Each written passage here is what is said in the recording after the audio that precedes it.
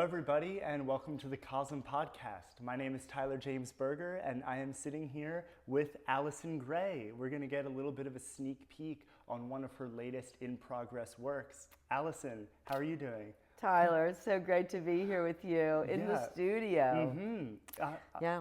We're sitting in front of this new piece, like you mentioned. It's in its pre-painted stage, really. Mm-hmm. Does it have a title yet? It does, and it was interesting that you were interested in the title first because it's called Chaos, and a lot of my works are called Chaos. I have to distinguish them sometimes by just making up stuff, or sometimes Alex names them for me. But this is the biggest chaos that I have ever done. This is what makes this work different from all the other chaoses that I have done over the 45 years that I've been painting chaos. Chaos has a, if I painted chaos this size over and over again for the rest of my life, every one of them would be completely unique.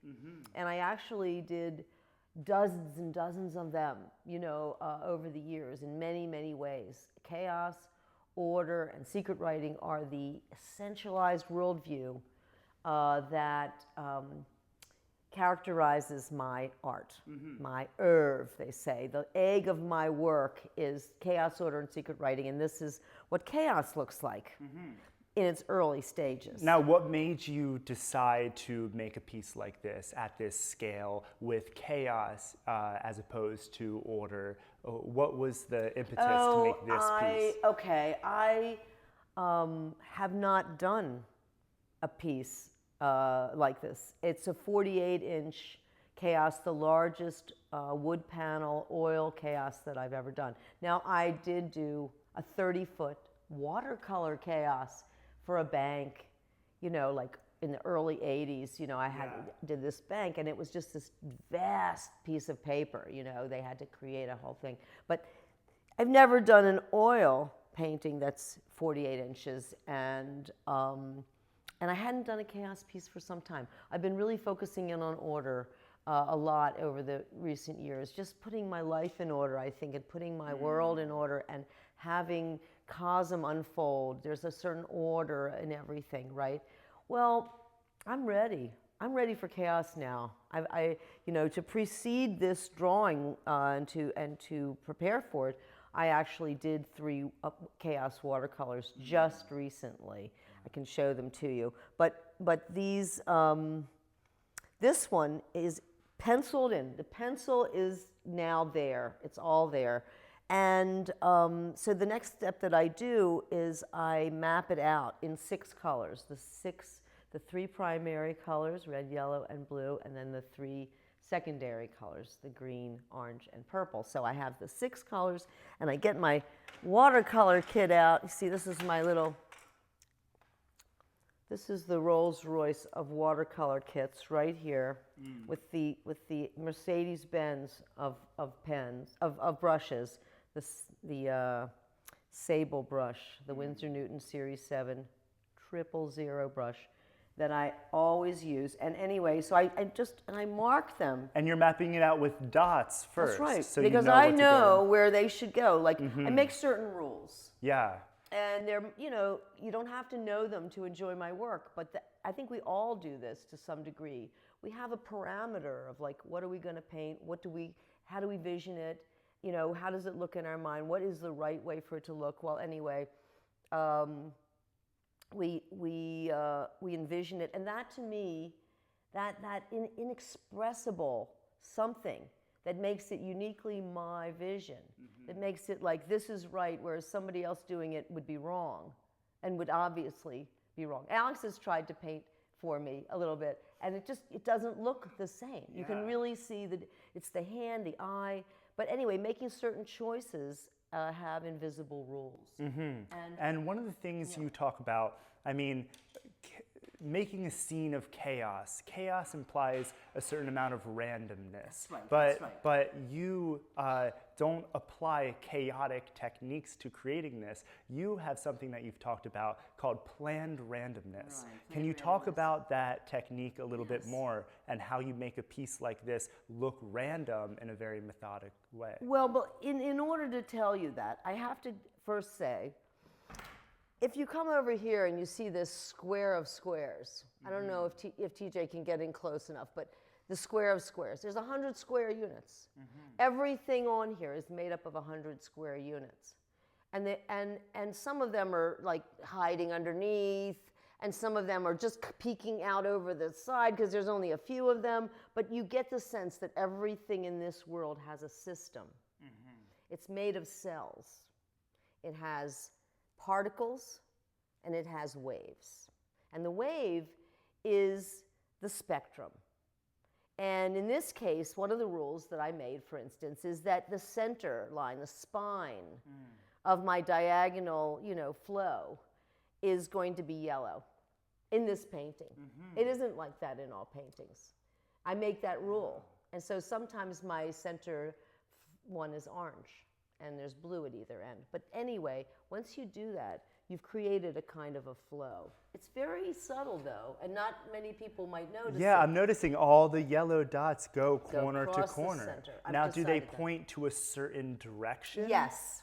This man is very smart. Yes. Where do they point to, Tyler?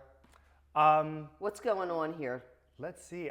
It looks like chaos to me. Well, but aren't they all they're all pointing this way. There's an opening, and then there's a penetrator. It's the Wilhelm Reich theory of cosmic superimposition, okay? It's an attractor. Yeah. The cosmic superimposition of the penetrator and the opener. Yeah, that gives it depth. The immovable object and the irresistible force. They're coming together, and there's this sea of chaos that just, Yeah. And you want to make people feel that when they look at it. So what I decided was that wherever there was a spectrum, and sometimes you have to go off because I like X's in my work, but anyway, something is pointing here. Something is pointing here. Everything is pointing here. And tell you the truth, I've done a lot of pieces like that. Decades of pieces like that. Because that is a it's a framework that is very attractive. So anyway, it's about attraction. Yeah, and now something I've noticed in your work too is around the squares there is a border of white. There's a border of space between the squares. Is that something you plan on maintaining with this piece? Yes. Or do you see the squares blending into each other directly? No, this will have white around everything. It's true, though. You're right. I have experimented with eliminating the white light. But that's the white light. And it's the net. It's the white light, that I was looking for when I first saw secret writing. Basically, I was taking the advice of Ram Dass. I was going to go into a dark room and take a high dose of LSD, and I was going to see the white light. He said you could. He did. And so I experimented with that after having many other experiences, psychedelic experiences before that, but never going into a dark room.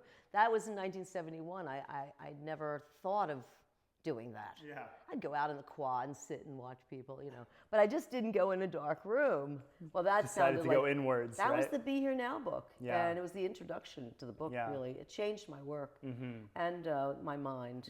So... But anyway, so that's the white light. So the white light is almost like the background in which all the squares, all the kind of very material blocks are in. And it's very literally the ground because it is this gesso on this board that you will see around a rim of everything. It's it's like the almost primordial origin, Well, as artists, we take the ephemeral, the ideas, the visions that cannot be seen by anyone but inside your own head, and we make them material. Yeah. We work in the material world. And my work, that's why I chose the square originally, was because it is the sort of sacred geometric shape of the earthly, of the human-made. Because there's very few incidents of squares in nature, let's say. There are a few.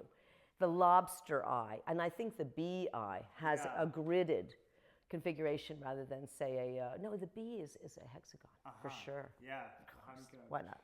But anyway, it is the human made, and I am very much pointing to the human made. That I, as an artist, am making real the thing that is ephemeral and unpronounceable and untranslatable, and you really can't. Everybody tries, and the best poets and the best artists, have that chance to articulate that vision that is so, profound, the most profound visions. Yeah. So, now, we're living in a time where chaos is being reflected in our world. Right. How can you speak to how we make use of the chaos that our lives might be in, and should we aspire to make order out of chaos? Well, essentially, the world is always in chaos and order, and there is secret writing always as a thin veil between. Yes. You see, the thing is, chaos is where all things are falling apart. They fall apart in this planned randomness kind of way. Well, whose plan?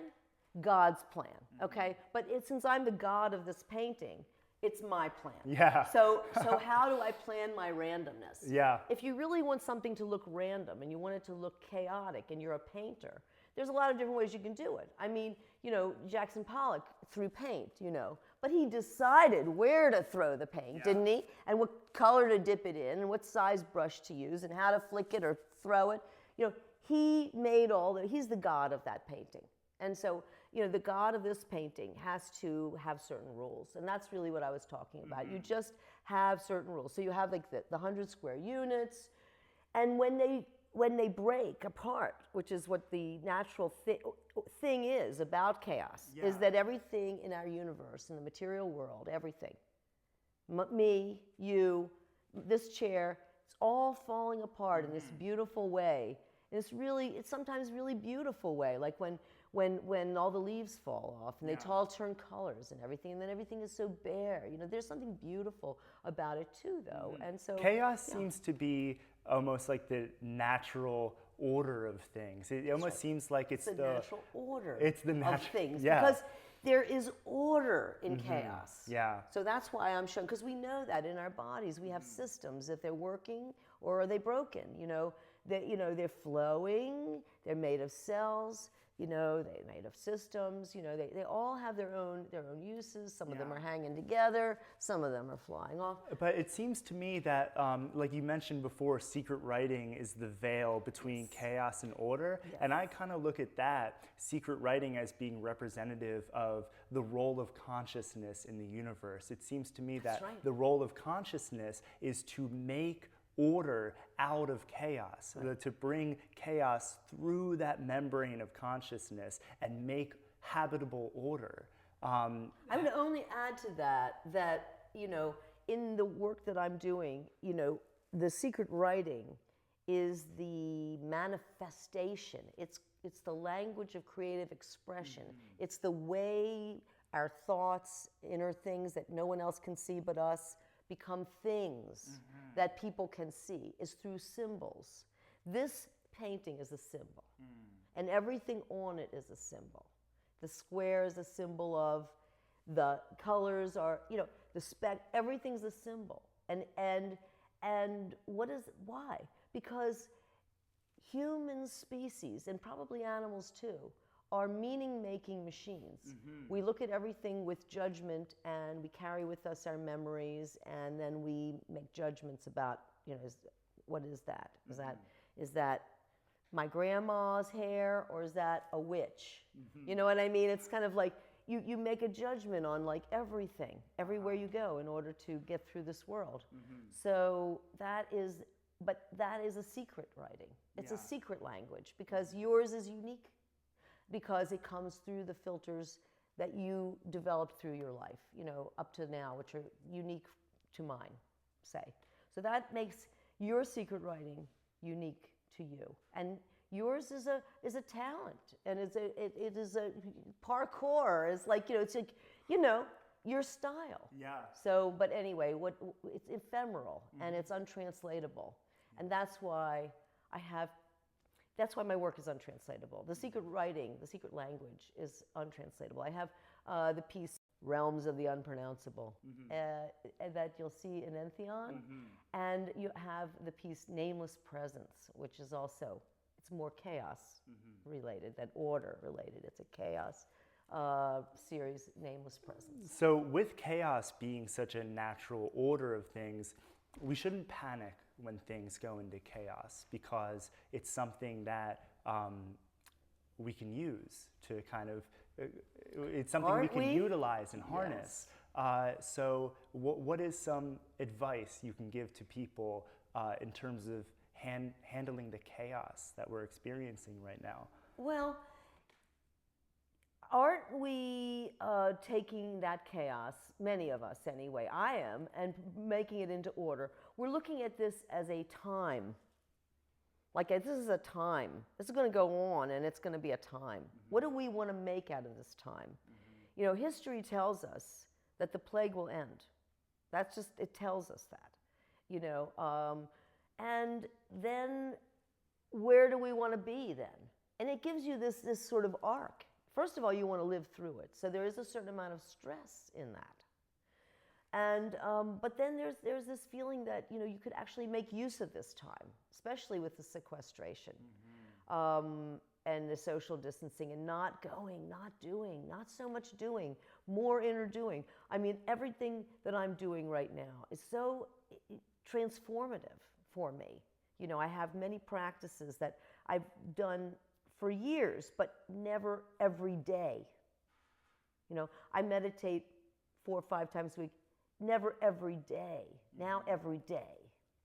I paint every day. I do paint every day. I always paint every day. It's my meditation. So I paint at night. But also there's practice piano 4 or 5 times a week, every day. Walk 4 or 5 times, every day. So that's what I'm saying. A lot of people are losing weight. A lot of people are being healthier. People want to see themselves, at their best.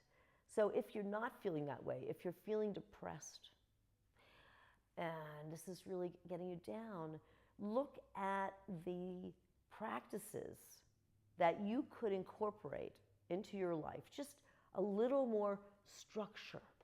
You see, I'm a structuralist, so of course I would say this, but if you feel that there's some structure that you could add into your life, that it will help you.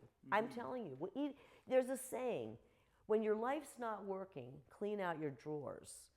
Okay? And I really mean it. Everybody I know is cleaning out their drawers now. We're like completely repainting the house and the shop, and everything's getting a deep cleaning and painting and fixing. And so in your own environment, make it a palace. Make it more of a temple for yourself. And if you could just put an altar together, it would be nice, and then go to your altar every day and look at your altar naked. I dare you. Just stand there by your altar before you go to bed and when you wake up in the morning, and declare, just secretly, privately, what it is that you intend, and congratulate yourself for the things that you've accomplished, because you did something today. So give yourself a boost because you did something. Find something good about yourself every day, and also declare something that you intend every day. This is the way to evolve. We don't want to be stagnant. We don't want to be the same grumpy person that we were coming into this, that we are coming out of it, or the same, unconsciousness. We want to raise our consciousness at this time. So I think it could, I pray for all of our friends, and I hope that everybody stays well. And in the meantime, we'll keep finding structure to the chaos. I think put a little more structure in everybody's life, it's a good thing. Yeah. Well, Allyson, it's an honor to talk with you today. I think that's a good place to wrap up. That sounds fantastic. Yeah, awesome. I love it. Thank you, everybody, so much for listening to the CoSM Podcast. You can find links to Apple Podcasts, Spotify, Google Play in the description to this video, and look forward to more interviews. Thank you.